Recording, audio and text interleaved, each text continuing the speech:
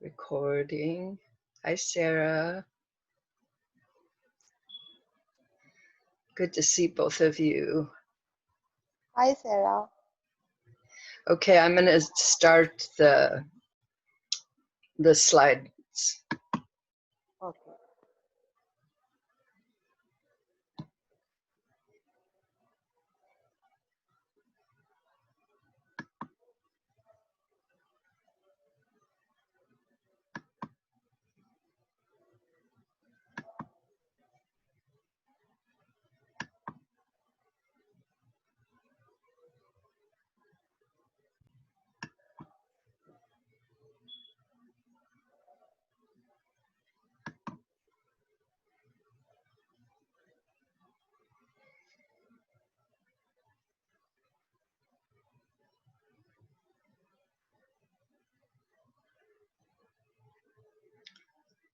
Okay, welcome to Raising Happy Kids Zoom Show, Episode 3.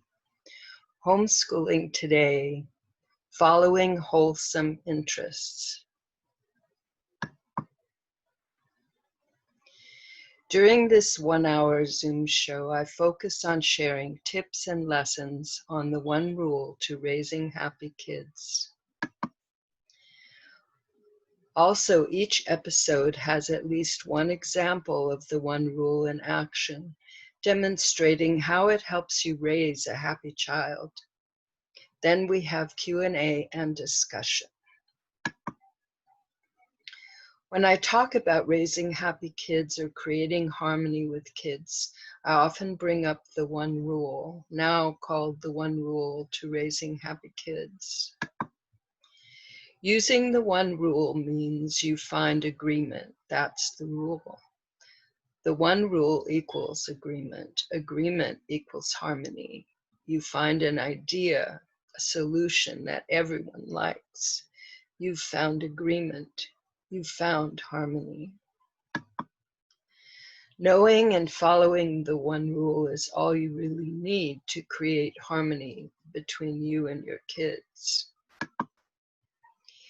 In any situation where there are differences that might lead to conflict between you and your kids, use the one rule.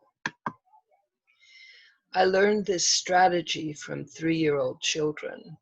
I was teaching them a complex conflict resolution strategy actually intended for adults, and they taught me this. So don't think you're in for a rough time. It's simple, it's easy, it's powerful and effective. It works if you use it. Last week I was watching an online lesson. The instructor used the term magic wand, referring to what was being taught. I thought, that's what the one rule is. It's a magic wand for those who use it. It eliminates wondering how to solve problems with kids. Now you know how. You just have to do it. Have you ever heard that 2 heads are better than 1? With the one rule, all the heads of the people involved are part of coming up with a solution. Since everyone involved knows that the solution has to be one that everyone likes, that is the rule.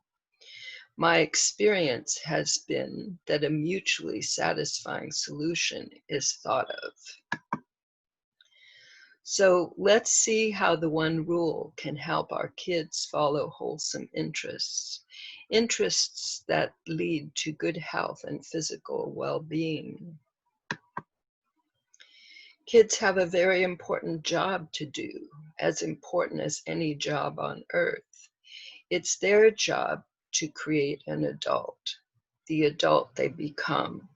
And one of our jobs is to help them do this, and hopefully do an excellent job of it. The one rule helps this happen. It is distilled from over 47 years of focused attention, observation, experimenting, inspiration, and caring. That's why experiencing, understanding, and using the one rule is so important. The most wholesome education is based on interest.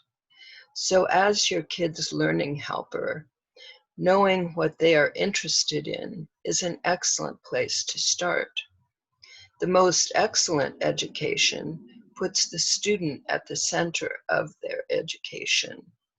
The learning helper helps them follow their interests when they need and want help.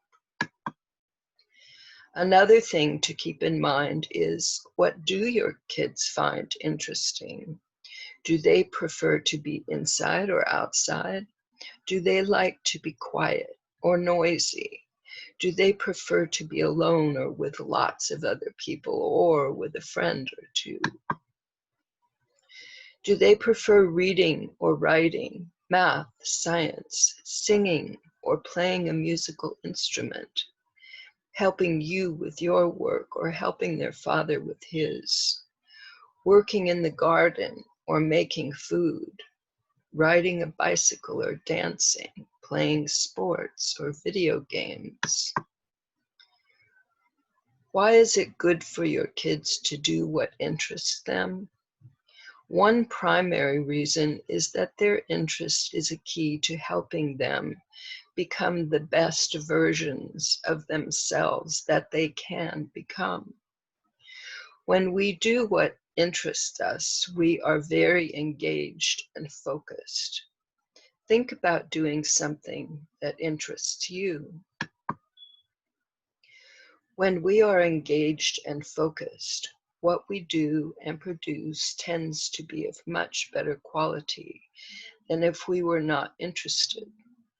Interest helps result in excellence. An even more important result of being engaged and focused is that our whole being is involved in what interests us. That's why we are engaged and focused. We are experiencing harmony. That is a good reason to allow and encourage our kids to do what they're interested in doing. It's a form of meditation. I have observed children doing what really interests them, and they become peaceful, harmonious people, even if they were not before. Imagine how wholesome it is to spend time doing what one is interested in. It may involve challenges. It can certainly involve expanding our knowledge and skill base. Imagine how satisfying it feels when you are following your interests. Even if there is some frustration, if it still interests you, you can go beyond that frustration and overcome the challenge. Imagine the feeling of triumph they can experience.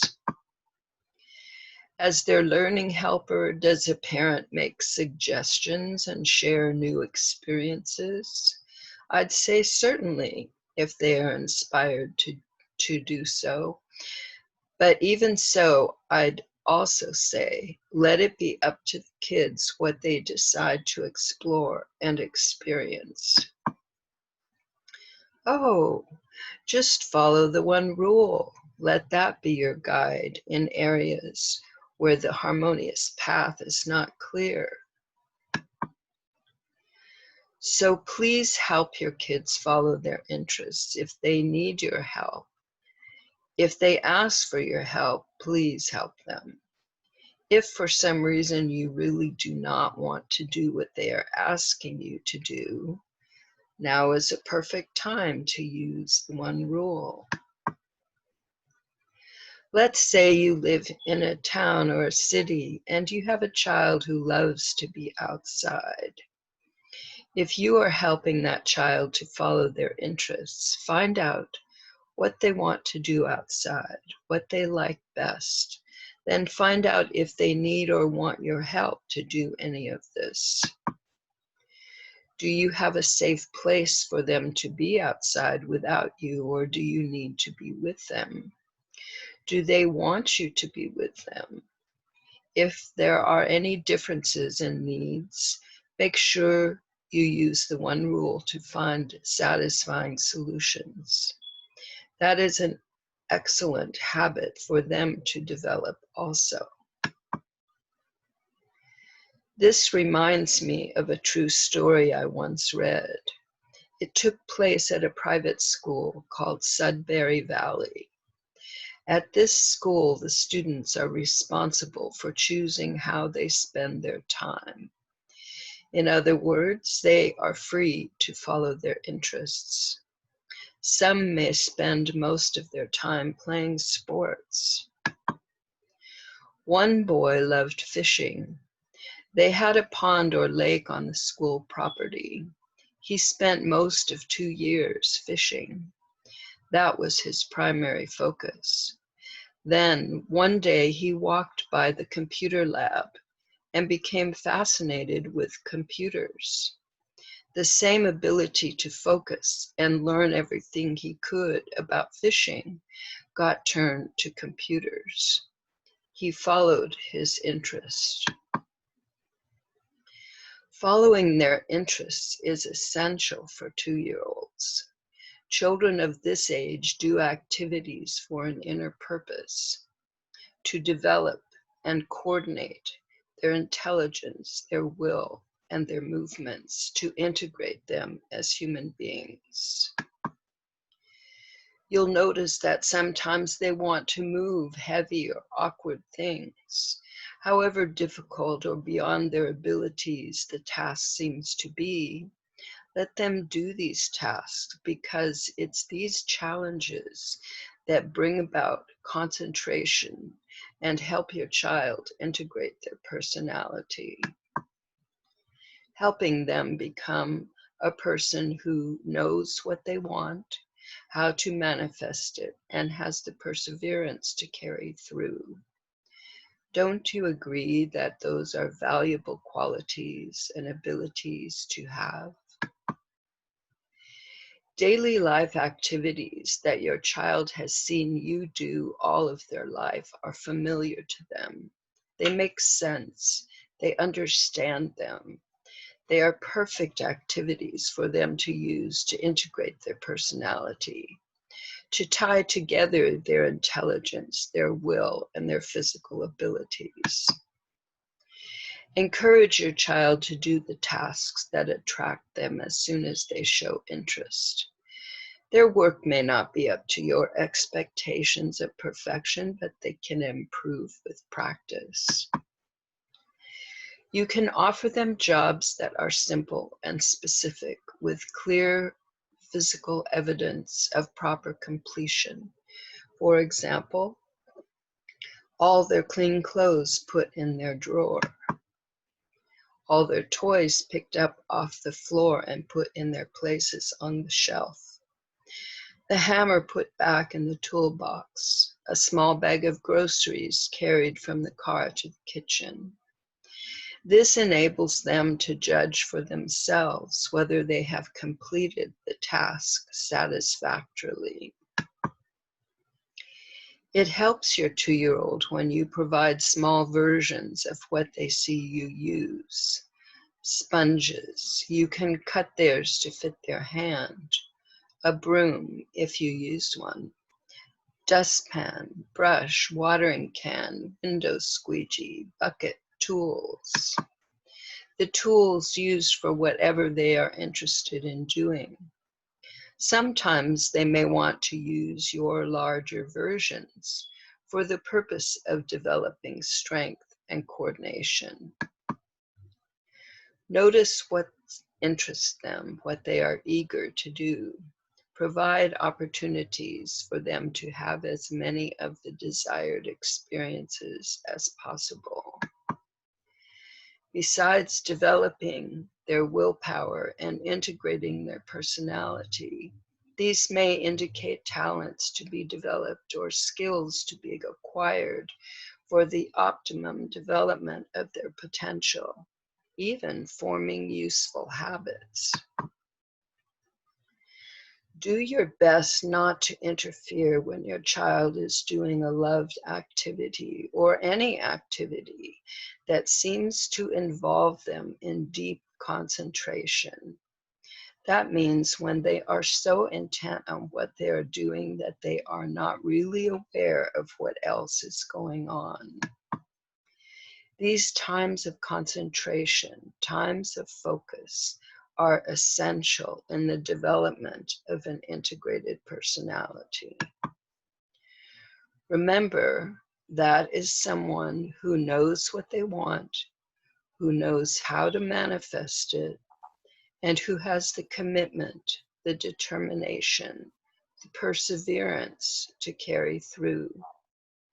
Don't you agree that those are valuable qualities and abilities to have? Thanks for being here. Now it's time for Q&A and discussion.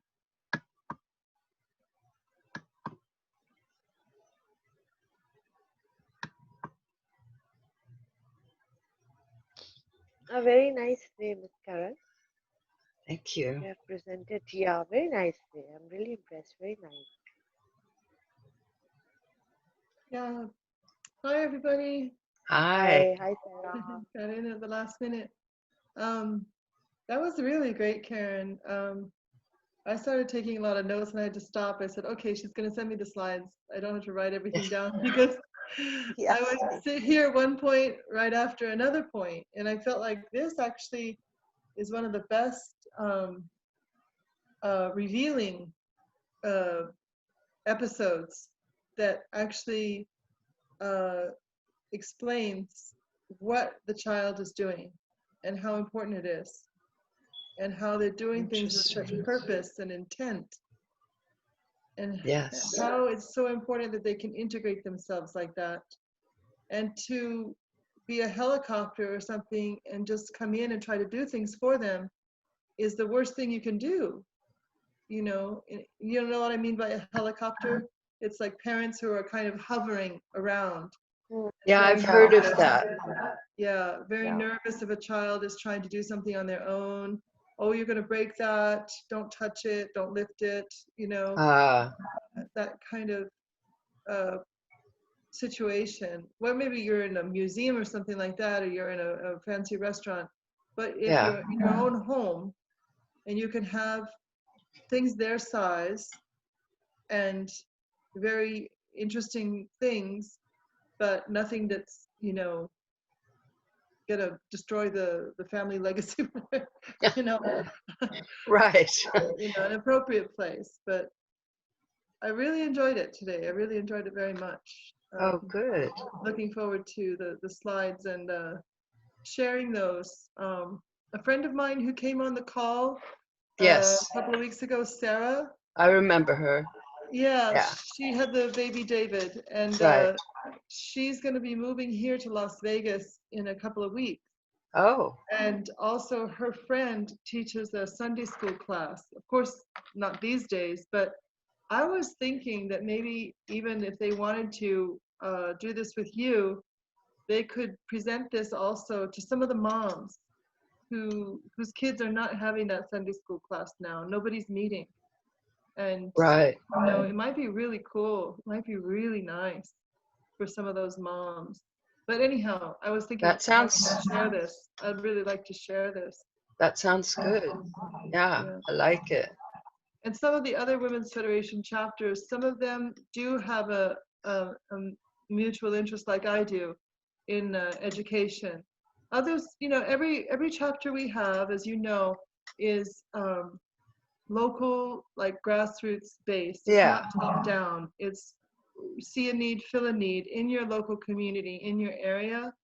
So where you see, and also it's kind of like what you're talking about. When the chairwoman has a natural interest, she really gets into it and she can really get behind it.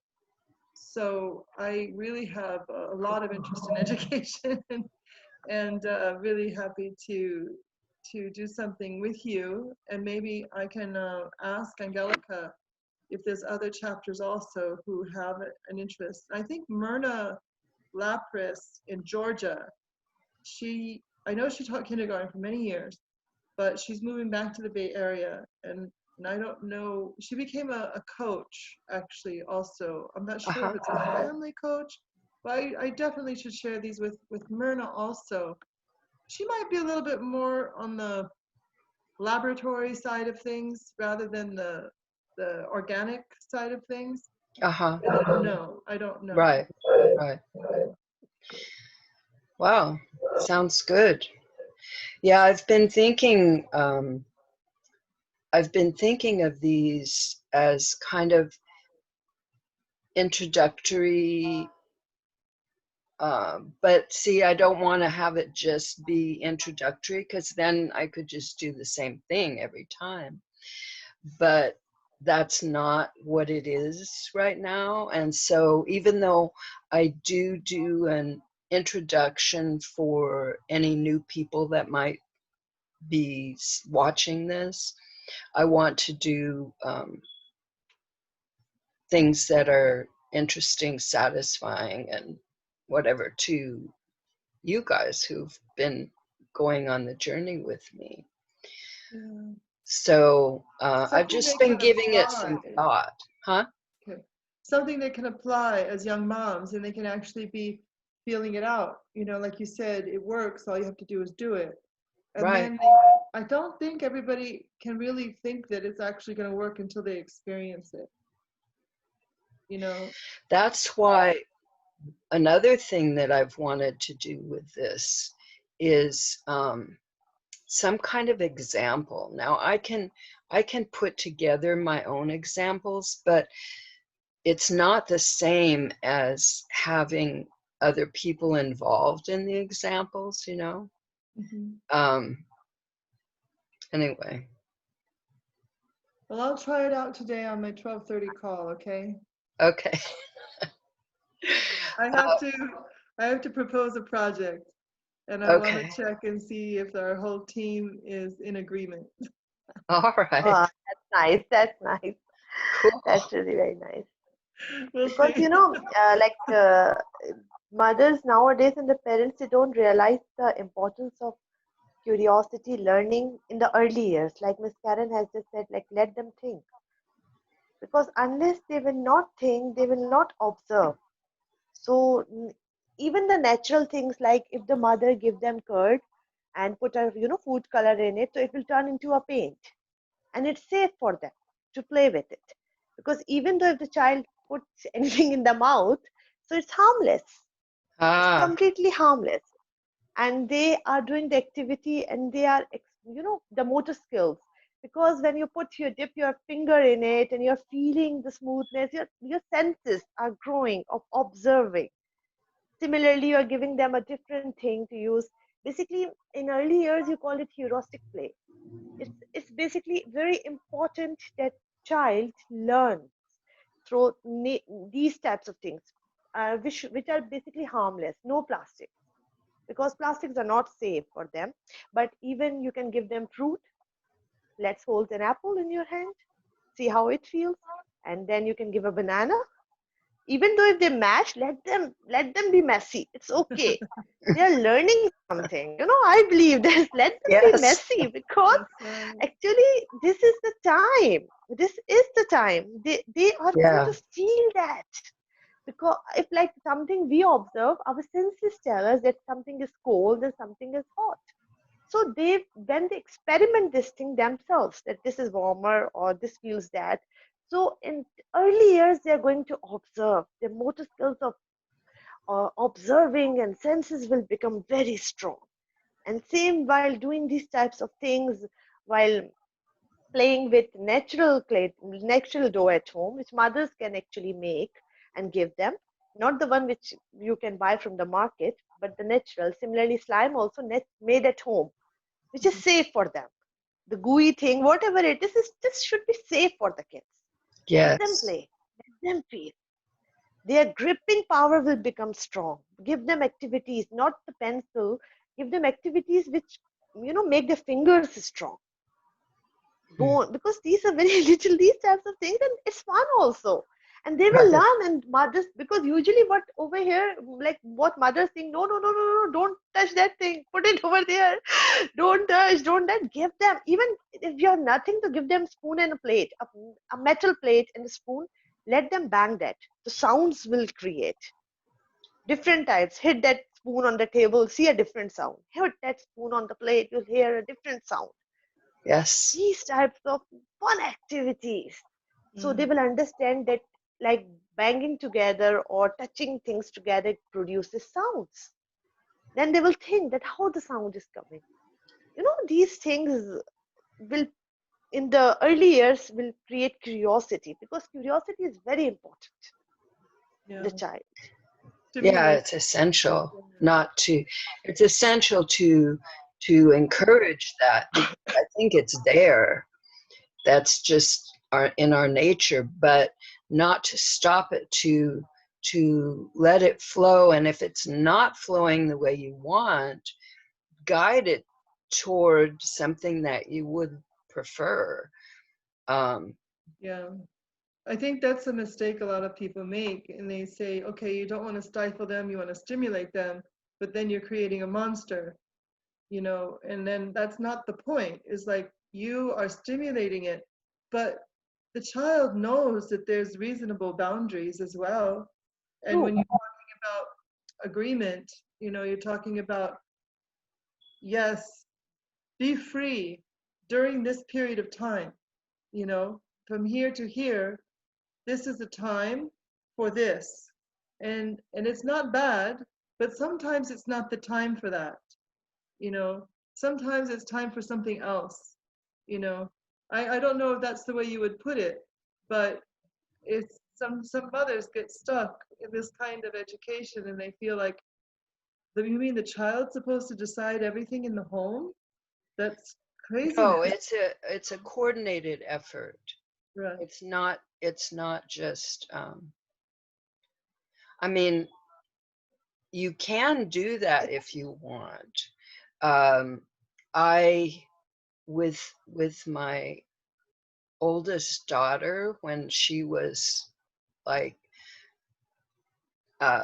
crawling around and then pulling herself up and stuff. Anyway, I made sure that the area she was set up so she would be safe and she could explore.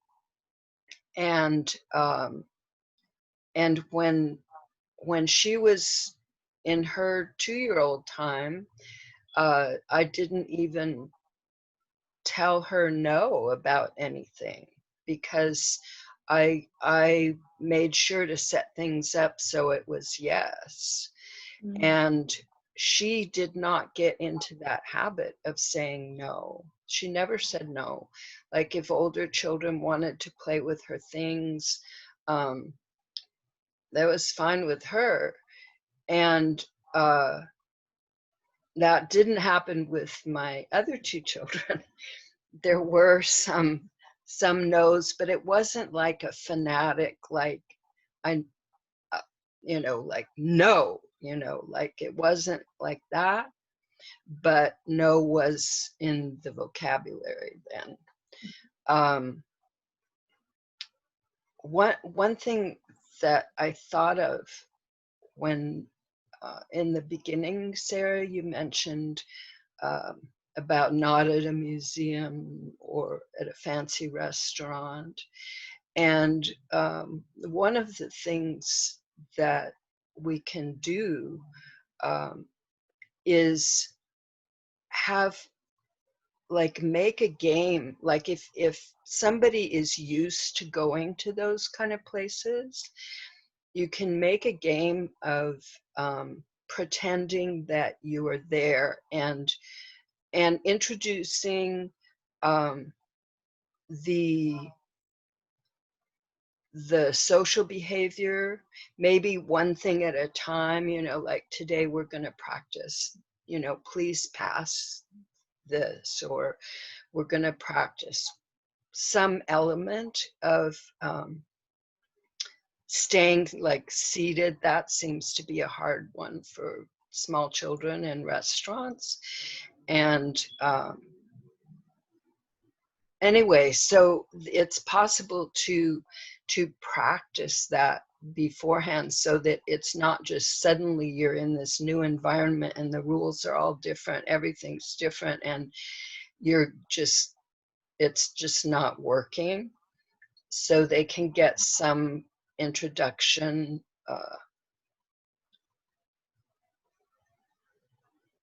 Also, I would say you might bring things with you that would help them out, things to do. In a lot of situations that can help out. Like if you know you're going to be waiting in a long line at somewhere, then having something that engages them. So it's kind of like keeping them in mind, that their needs and wants are part of your planning for whatever you're doing, not just like they suddenly appear and you're out there and all of a sudden there's this problem. So yeah, that's what I was kind. Oh, go ahead. Batool. No, it's okay, Sarah. You speak first, and then What was that? I said you complete your thing, Sarah. Then I'll speak. Oh, well, it was about, that's what I was trying to also think about, is that I really don't want to, I remember how when you had manners, you were a good girl. And when you did what you want, you were bad. You know, so I don't want to, I think it's really important not to put that kind of label on those things. right. That there's an appropriate time and place for certain ways, and there's times when we have to think about where we are and whose place it belongs to. You know, it doesn't belong to us, and it belongs to them, and they are asking everybody who goes there to do things in a certain way, not to run in the museum, not to run in the supermarket, but you know, yeah, and so I think with young children, it is important to be able to engage them. One time when my husband was doing a pastorship at a small church in Japan, it was actually a very small room, but I was his wife and I was expected to be there, but we had two little babies. And one of them was very much an infant, not able to even roll yet. And he was very stationary and for the most part very quiet, at least for that hour and a half, 2 hours. But the older one was 3. And he really wanted to move around. But he was very, very perceptive, incredibly perceptive. And so what I would do is I would pretend we had a box of chocolates. And we didn't have anything in our hands. We pretended, said, oh, here's our chocolate. I'm going to open this one, and I'd open it very slowly. And I'd put it in my mouth and say, this is cherry inside. You know, what's yours? And then he would open his up and he would think of a flavor and he would imagine, oh, this is caramel, you know, like we're just imagining. And then the talking was going on too long, and I said, okay, my hands are so sticky, let's wash them. And so we're sitting there in the back of the room pretending to wash our hands, and then like, okay, well, let's wash our face, let's comb our hair, you know. So we're doing this kind of stuff. And one of the ladies said, well, what were you doing? And I didn't have any toys with me. I left them or something. And so we were just imagining. Nice. He was just very happy Wow. to think about those things. And he knew he was supposed to be quiet, but I knew he really wanted to get up and do something, you know. So we made it through. But I just didn't want to say, well, it's bad if you do that. Be good. Don't be bad. That's wrong. I felt so bad. You know, some people say that, you know, you're being a bad boy. Don't be a bad boy. It's like really, really terrible. Yeah. People can carry those things their lives. Mm-hmm. So. And never find their interest. never find their passion. Right. I Yeah. believe children are very fast learners. If you observe them, if they go to hospital, they observe how the doctor is treating them. At home, they try to play doctor, doctor. You know, similarly, when they go to school, when they come home, they try to act as a teacher. Mm. So Right. they quickly try to observe the atmosphere, that what is going on. Some Mhm. mothers, what I think, makes a mistake that from the very beginning they try to avoid the child, to take the child to the markets, to the restaurants, thinking that obviously they will, disturb over there or maybe create something.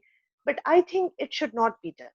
Parents should take their children and make a habit of, introducing the atmosphere to them, Mm. and from the very beginning. And if a mother is well prepared, for example, when I used to take my child to a religious place when he was just 3 years old, also like that, I used to take a drawing book and a pencil along, sometimes crayons along, and sometime a game, a physical game which he can just play, magical square type, something like that, cube and all.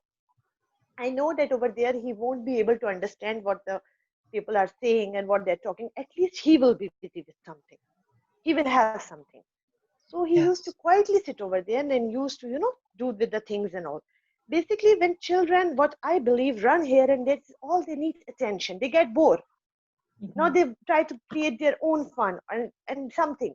So we have to think that way, that children obviously cannot understand that level in the church or in mosque or any religious place. So Mhm. we have to be prepared. And along with that, we need to tell the children that there are certain places where you go with a certain way. For example, when you're sick, you go to the hospital and you listen to the doctor. Then if you like to eat something, let's go to the restaurant. And once you go along and you introduce that this is a thing, you sit over here, I believe children learn. Okay, once they might show some aggressive or something, you ask them that, come on, order, what do you like to eat, something like that. Exposure is very important. Mhm. And from the very, if you see that people who are used to a certain atmosphere settles very easily, comparatively if you take a person along, like after a very big gap or a first time in a place, you need to explain. So there are ways which we can tell the kids in a story form, rather than making them, understand this is the rule that you need to do. No, I believe it should be a story way. There was a boy named Jack. He used to go to the church, and in the church, this happens. So the child knows actually what happens in the church. Hmm. So from the beginning, he knows a church is a place of worship. You should behave over there. This you are telling in a form of story, and the child tries to understand. Because if you tell that you should do, then the child will think that mother is making me listen to some instructions and all. Suppose if we are in the place and someone tells us the instructions, so even how, like, we are grown up, but if we were at that age, how we would have reacted. So I believe that we should not run from it, we should handle the situation. Yes. So, like, for example, no one could have believed that children early years are learning on Zoom now. Yeah. They are having this early years classes on Zoom. They are watching and learning and all these things, because children are the fastest learners. It's not very hard to teach children. It's just how to teach children, how to handle. Because if the mothers, sometimes make this mistake that in front of the child they speak about the certain areas of complaints. They should never do that. They Right. should never. Because as a mom, you are showing your weakness in front of the child, that you are unable to handle this. Mhm. Because the child is looking at the mom as the strongest personality. And similarly, if we want to tell them to go to bed, we should also go to bed early. Hmm. So discipline is just not for the child. Discipline is for the whole house. And the child molds himself in it. That in my house, we all sleep by 10 o'clock. It's not only the child is sleeping, we all are sleeping. In my house, my mom wakes up early. So, you're not even telling the child to do something, he's learning from you. So, this really works. Because unless we keep on telling the child go to bed and we ourselves are up and watching TV and going out somewhere, the child will keep thinking in the mind And when my mom will come, or maybe something like that. But if the whole house is sleeping, he knows everyone is sleeping. He will also sleep. No need to, tell the child. It's a time. It's like he is observing that this is how my place is. And they know that Christmas is coming. They know how to celebrate. They know what happens in the Christmas, because they listen. They observe how you prepare for yourself for the Christmas. So they are learning from now. You're not even telling them, they're learning themselves. So Right. we have to let the children also, observe the things and let them ask how, when, what. Because if we keep on telling them all the time, so when they grow up, they are unable to think themselves for their thing. Suppose if a mother keeps on Mm. deciding for the child every time in the market when you go, do you like this shirt? You can simple activities. Do you like this color shirt or do you like this color shirt? And if the mother chooses herself that I only want you to buy this one, even the child picks another color and you're not encouraging, you're saying, no, no, no, no, this doesn't look. Then at that time, you're putting that thing in the child's mind that your choices are not good. Right. Because Yeah, that's buying, true. there are ways. Because if you let them choose, they will let you choose also for their things. And my mother knows best. She knows when she always allows me where to choose. And if she's stopping me for something, so she knows better. This is, you're not even telling the child. He is observing and learning. This is all very, things which I am like, I guarantee that it works. Hmm. All we need is patience. Because usually sometimes parents try to practice some things and then they give up. As a parent, I don't expect parents to give up. So, if we give up, then what do we expect from our children then? Mhm. They don't learn from their teachers that much, the way they learn from their parents. They see, they see how you react. They see how you are reacting with your husband. They see how you're talking with your husband or your relatives or your other children or your colleagues, whoever it is. So they start learning this thing. And automatically, if you are polite, they will be polite. You are showing politeness, they will be showing politeness. Because sometimes when they observed that some lady was very rude with my mom, but she was very polite, my mom. How can she be? And he will automatically learn this thing, that we have to be polite. This is how we should react.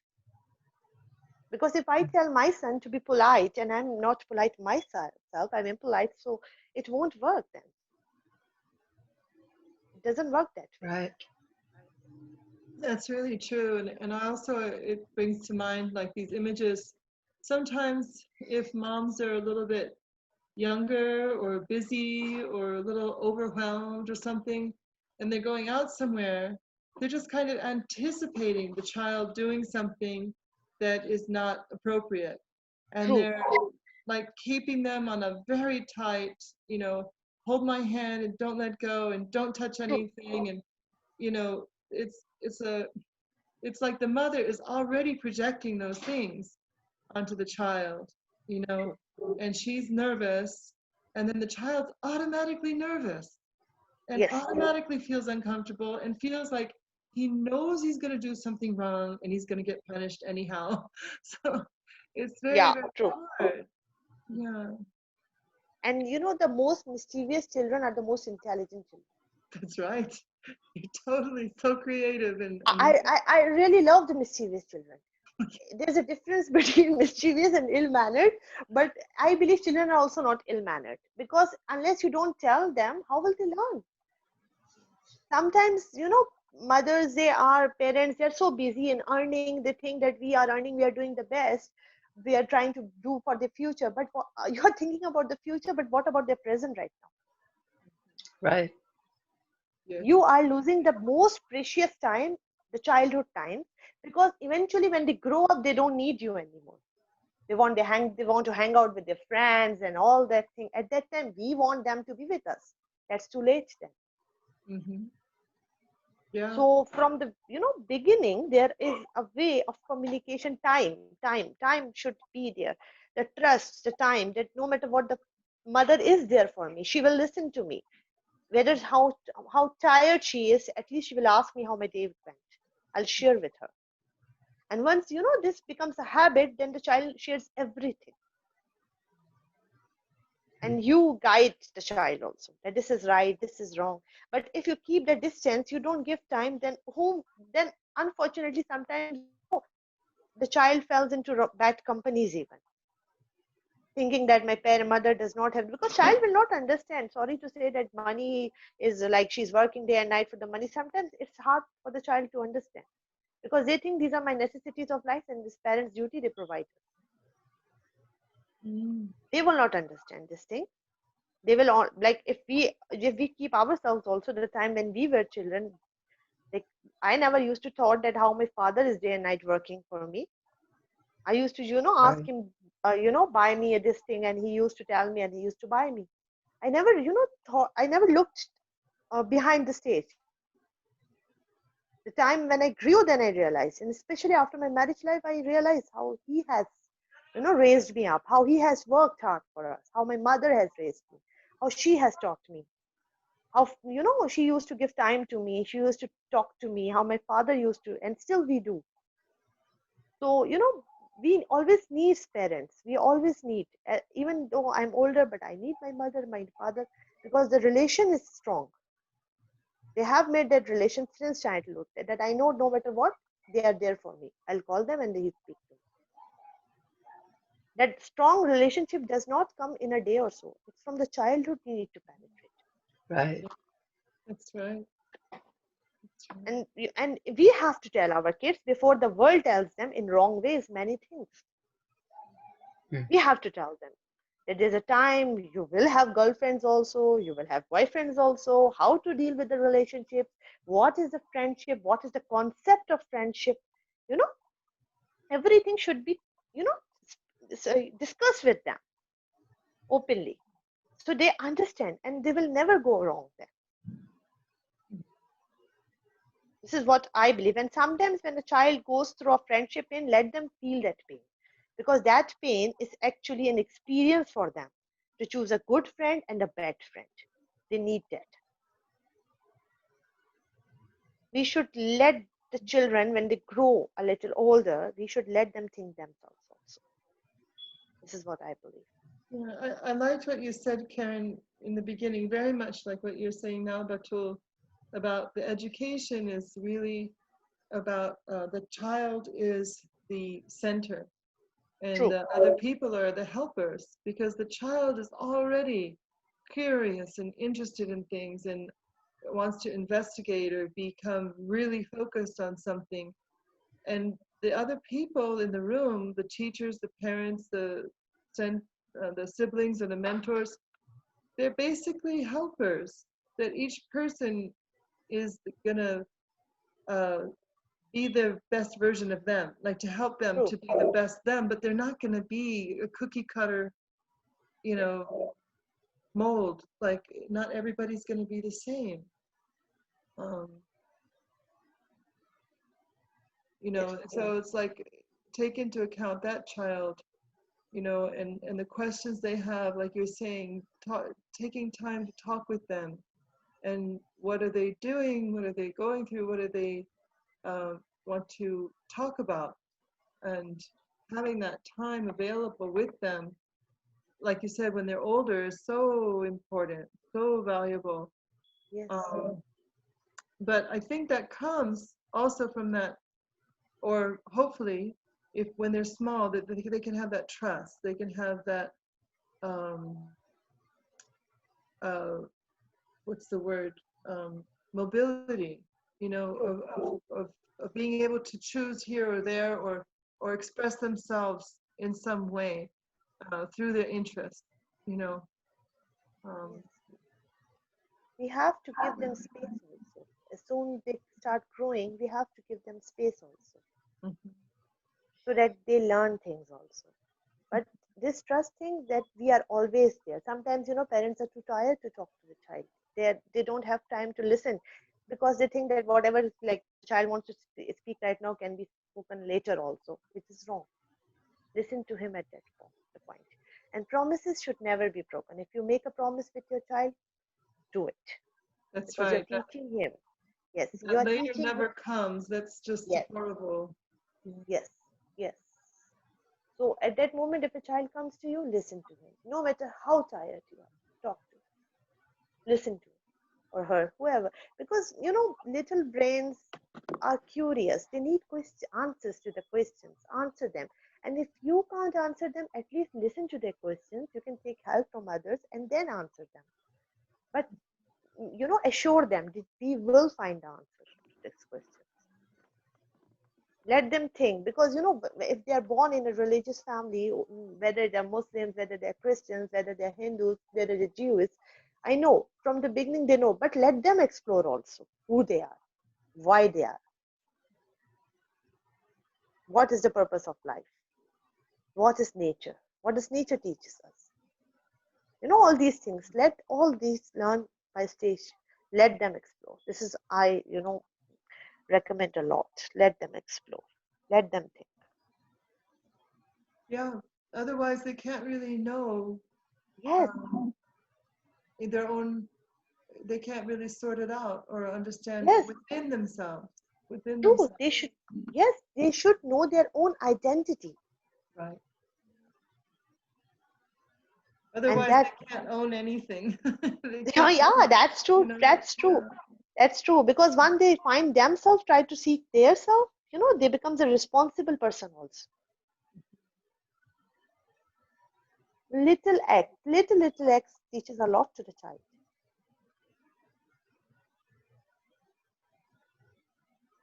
Right.